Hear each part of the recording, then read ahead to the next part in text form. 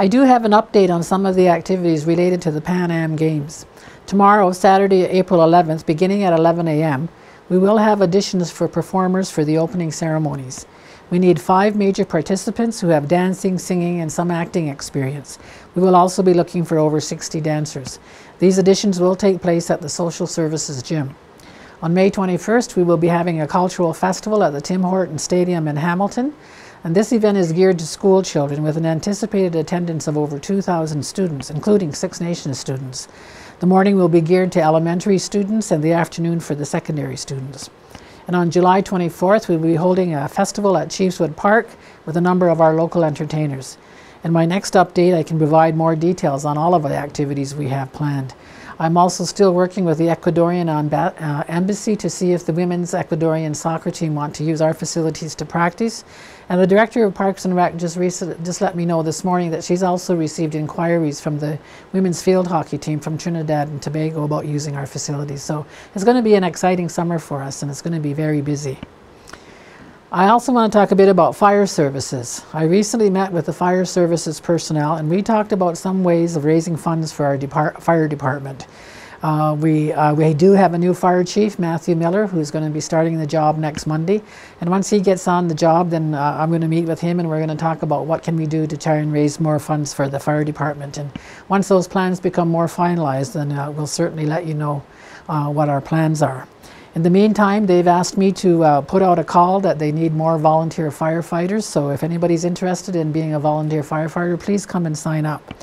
They also feel it is important that the businesses in our communities, especially the tobacco manufacturers, ask the fire department to do pre-incident inspections of their facilities so that the fire services personnel will know what they are getting into should a fire occur in any one of these buildings. We are also asked to let new homeowners know that when you are planning to build your house, make sure that the fire department will have adequate and proper access to your home in the event of a fire.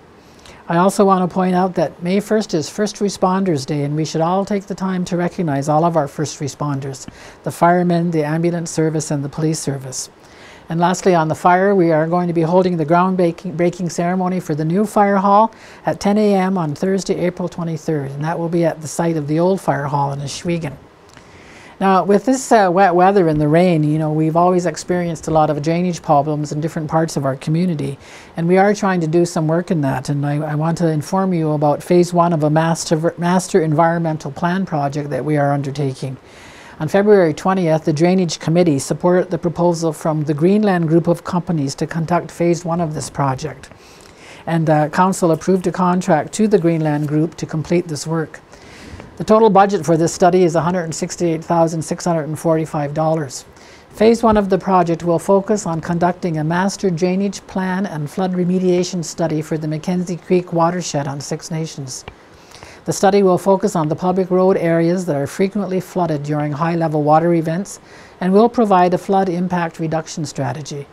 The study will utilize Greenland's ISWMS CANWET model.